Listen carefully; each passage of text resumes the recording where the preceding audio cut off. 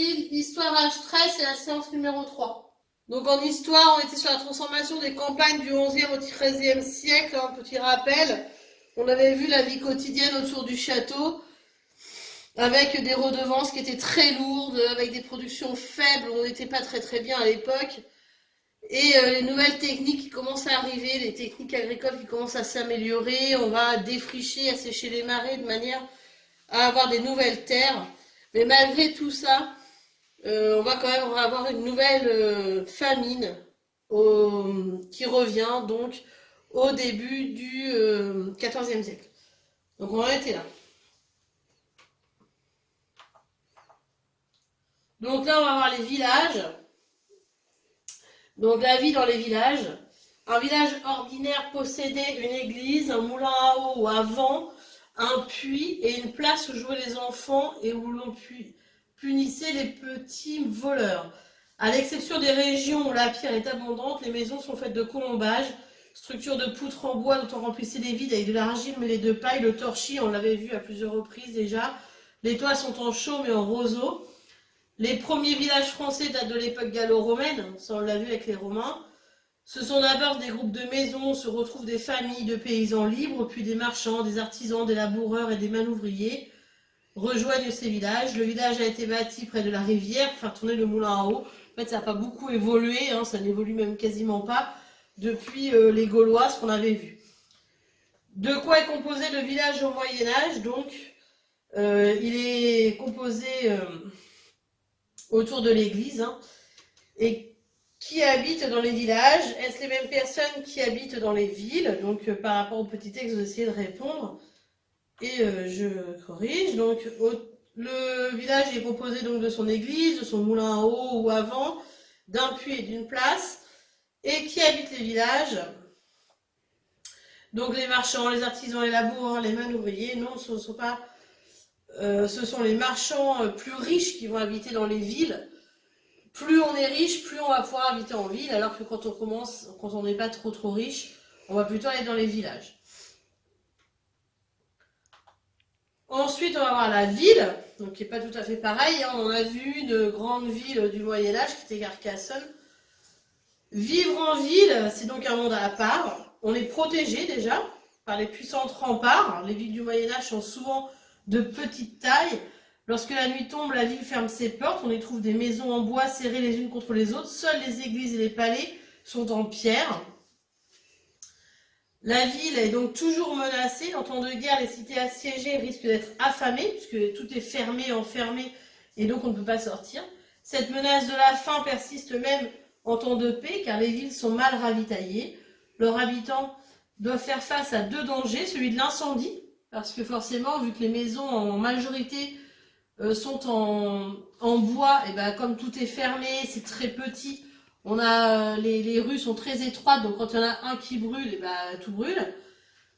Et l'épidémie, bien sûr, parce que plus on est près, et plus on a de risques d'épidémie. En effet, ces villes n'ont pas d'égout, et en plus rares sont les pavés, c'est en terre battue, et pas d'égout, donc quand il y a toilettes à avoir, c'est dans les rues que ça se retrouve, forcément. Donc les maladies se développent beaucoup plus vite dans les villes que dans les villages où on peut mettre nos déchets à l'extérieur du village. Là, dans la ville, les déchets sont dans la ville ou autour de la ville dans les fossés. Donc, de toute manière, ça macère et c'est à ces endroits-là qu'il va y avoir le plus d'épidémies et de maladies. La vie en ville. Au XIIe siècle, Paris est la plus grande ville du monde.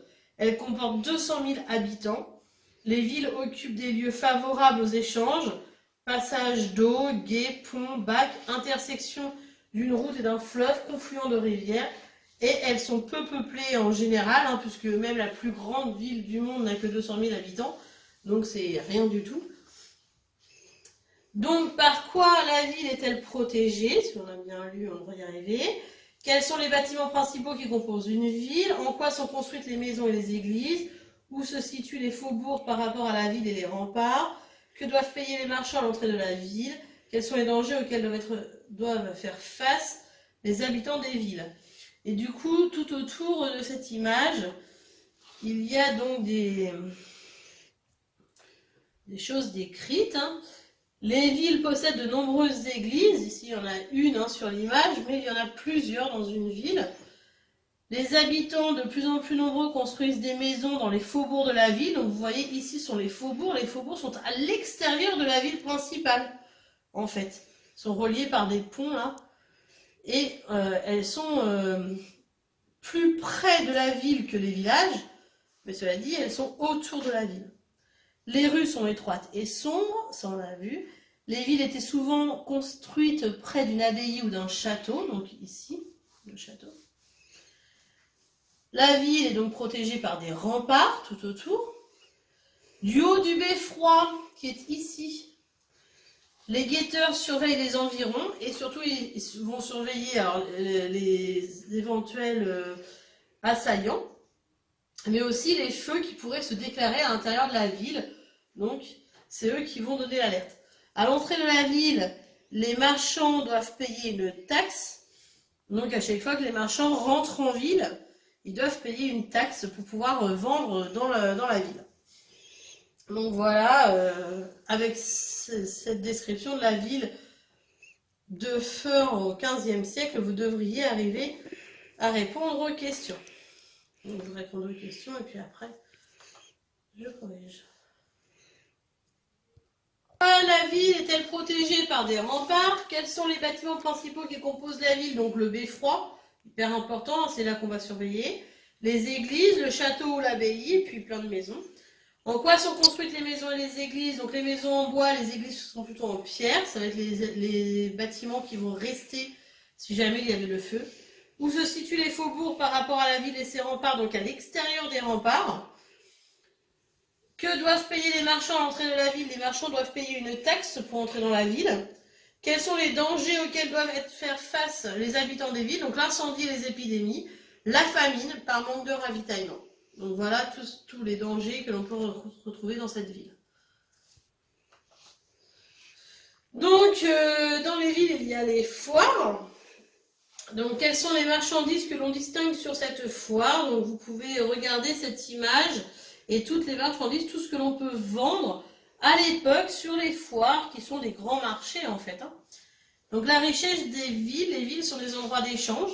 Les paysans y vendent leurs récoltes, on y trouve aussi du tissu, des meubles, des outils fabriqués par les artisans. C'est là aussi que se trouvent les changeurs de monnaie ou les banquiers, donc ceux qui vont échanger l'argent. Pour devenir indépendants, les villes achètent leur liberté aux seigneurs et ça va devenir des villes indépendantes qui ne vont plus être toujours attachées au château. Donc ici, on voit différentes choses, par exemple les vaches, ici d'autres animaux, des animaux, là, des étoffes qui vont être vendues, des pots, de la poterie, donc différentes choses qui vont être vendues. Donc des tonneaux, des vêtements, des animaux, oies, vaches et porcs, donc tout ça va être vendu sur les foires et tout un tas d'autres choses vont être vendues sur ces foires, tout ce que les artisans font, donc les tonneaux sont là.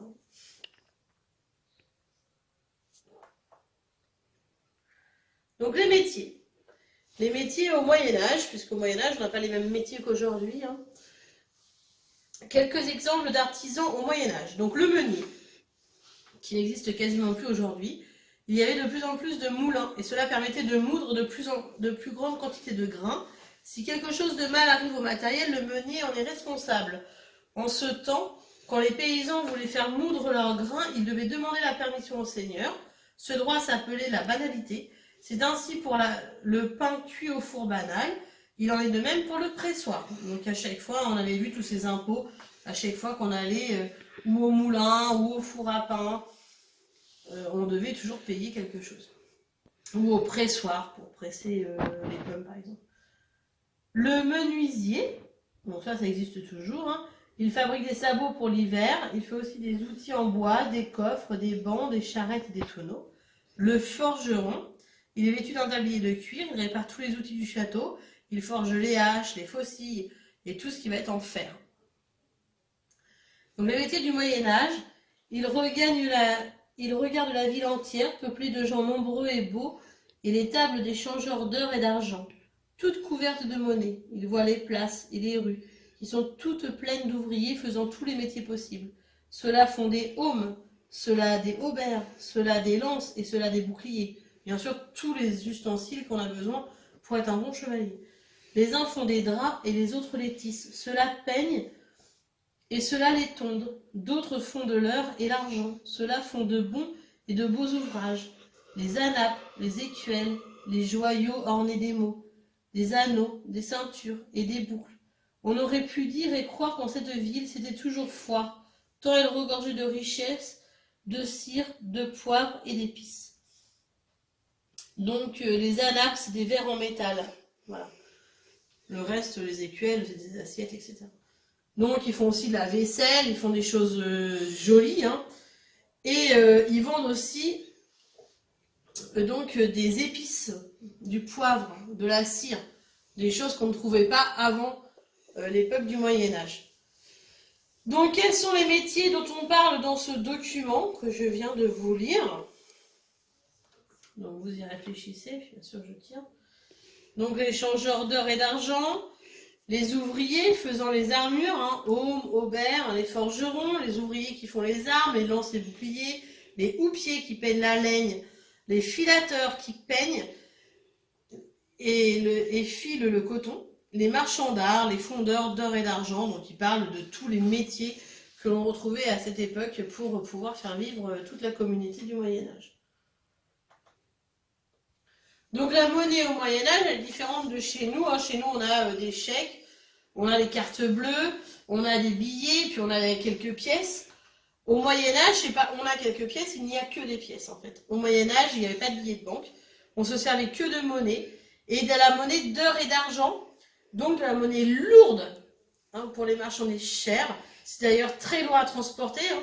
La monnaie était différente suivant les régions de France. Pour faciliter le commerce, la monnaie qui avait presque disparu devient donc nécessaire. Les monnaies dont la valeur dépend de la quantité de métal précieux qu'elle contient sont mises en circulation, donc c'est au poids de l'or ou de l'argent qu'elle a à l'intérieur qu'on sait la valeur qu'elle a. Pour éviter la circulation de quantités importantes de monnaie, les banquiers inventent des moyens de paiement comme la lettre de change. C'est une sorte de chèque, c'est les premiers chèques entre guillemets qui vont apparaître. C'est une lettre, un morceau de papier où dessus est écrit la somme que l'on peut donner à l'autre et c'est des bons au porteur, donc c'est celui qui a cette lettre en possession qui a l'argent dans sa possession. Voilà. Donc il ne fallait pas se faire voler ce genre de choses.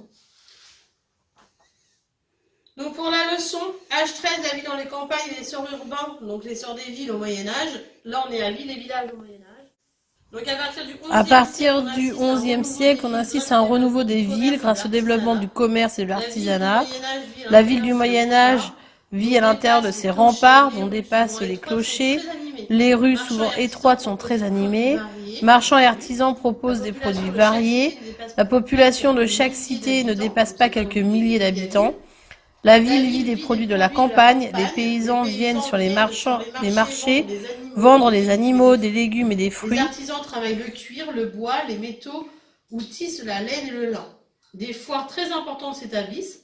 C'est le début des banques qui prêtent de l'argent. Dans les villes, on craint les incendies. Avec ses rues étroites et ses maisons au colombage, on craint également les épidémies, car il n'existe pas d'égout, toujours pas à cette époque du Moyen-Âge.